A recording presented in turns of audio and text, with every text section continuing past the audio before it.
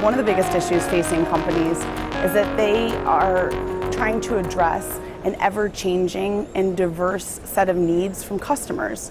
And I think it's particularly challenging to do that when you're operating in a regulatory environment that doesn't necessarily embrace those changes or those variations. I think one of the biggest opportunities that exists is utilizing technology and artificial intelligence to create efficiencies and also to be able to price products and target markets with greater precision. That being said, I do think companies are going to want to carefully consider how they deploy these new tools. A one-size-fits-all approach is not going to be, I think, something that's advisable. And there's also a lot of different opinions on how these technologies are going to work moving down the line. There are a lot of issues going on in New York right now, both on the regulatory side and the legislative side. Just one example of issues that we're currently facing as an industry is that there are serious proposals within the legislature to ban lead paint exclusions. They want insurance to cover lead paint. And we have explained why this is not a good idea and that their goal of making buildings safer is not going to come to fruition through this legislation. And in fact, it's going to have the exact opposite effect and make buildings less safe.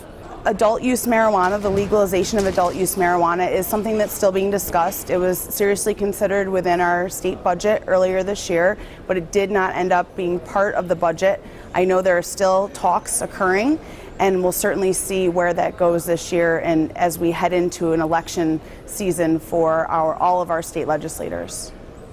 We recommend that companies take advantage of resources available through organizations like AAIS, through NAMIC, and like state trade organizations such as NYIA.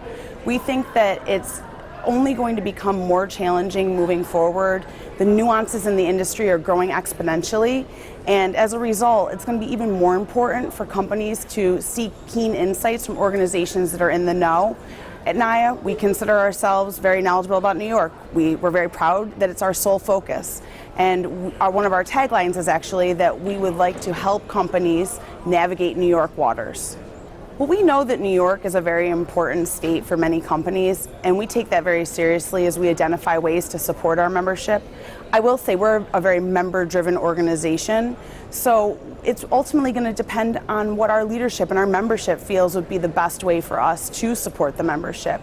Some of our recent initiatives, though, some of the themes of our initiatives are innovation and modernization, ever important, and also trying to enhance financial literacy, including by working with regulators and legislators to educate consumers.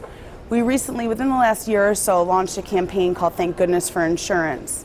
And the goal of the campaign is to provide consumers with valuable information, but in a fun and lighthearted way.